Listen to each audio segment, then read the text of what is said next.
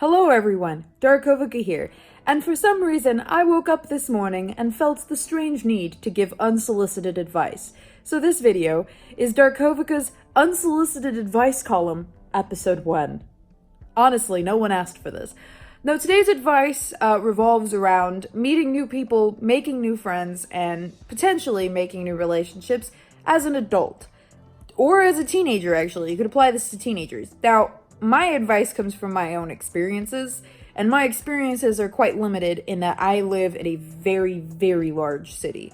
I have never lived in a small town, and so while I'm sure this advice could be modified to apply to small towns, it's probably not going to fit perfectly. And for that I apologize, but unfortunately I lack the experience to give that advice. So, coming from a big city girl, here's my advice. Once you become an adult, speaking specifically for this audience, but this still does apply to teenagers, it becomes exponentially more and more difficult to meet new people. And I think the reason for that is because we're no longer in school, specifically. School harbors, in big cities at least, a great opportunity to meet just tons of people. You are constantly surrounded by faces. Like, my high school, I think, had a grand total of like 800 students, or thereabout, okay? That's a lot of people, right? That's a massive amount of people to constantly be around. You have an opportunity to meet someone that you haven't met on like a daily basis.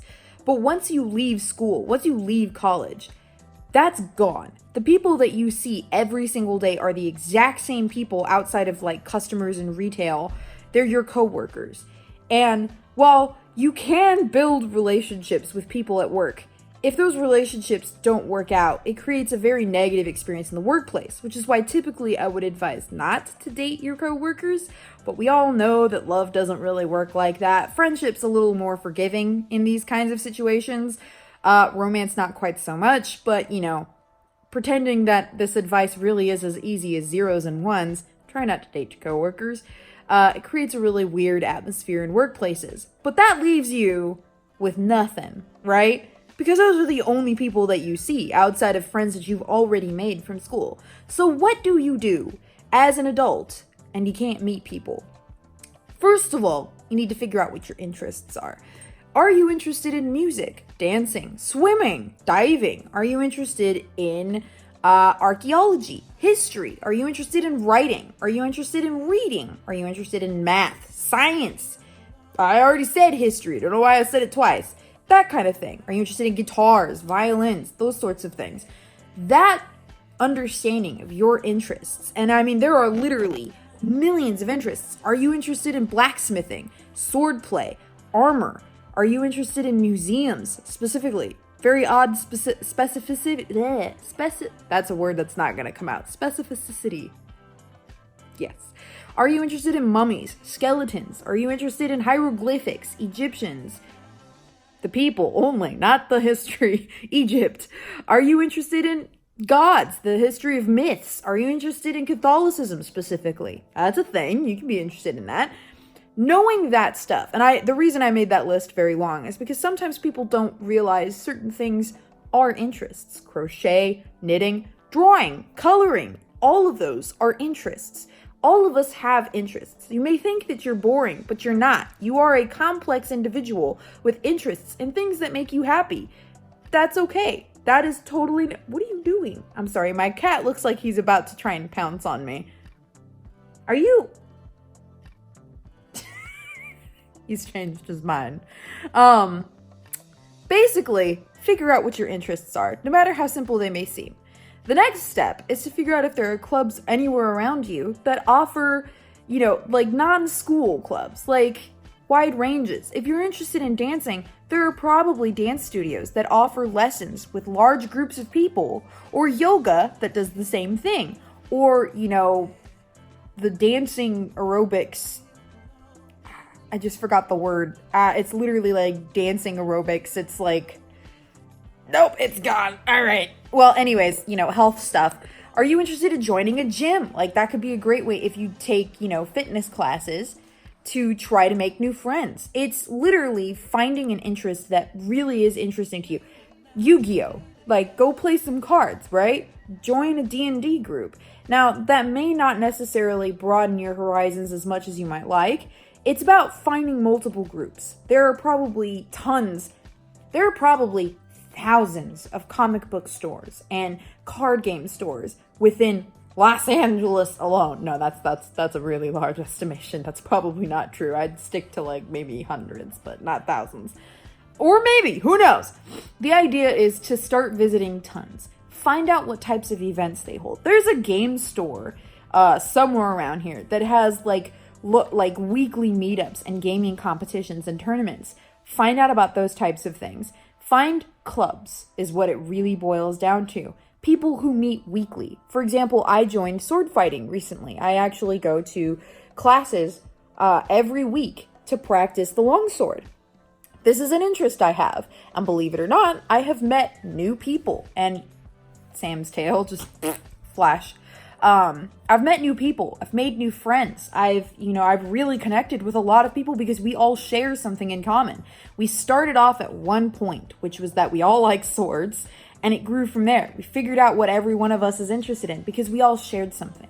If you join a class for something that you're not interested in, that you aren't willing to research and do daily or practice to get good at, you're not going to share something in common with those people, and they're not going to want to get to know you because you don't share that passion. When you share a passion with someone, it creates an opportunity for friendships, for relationships.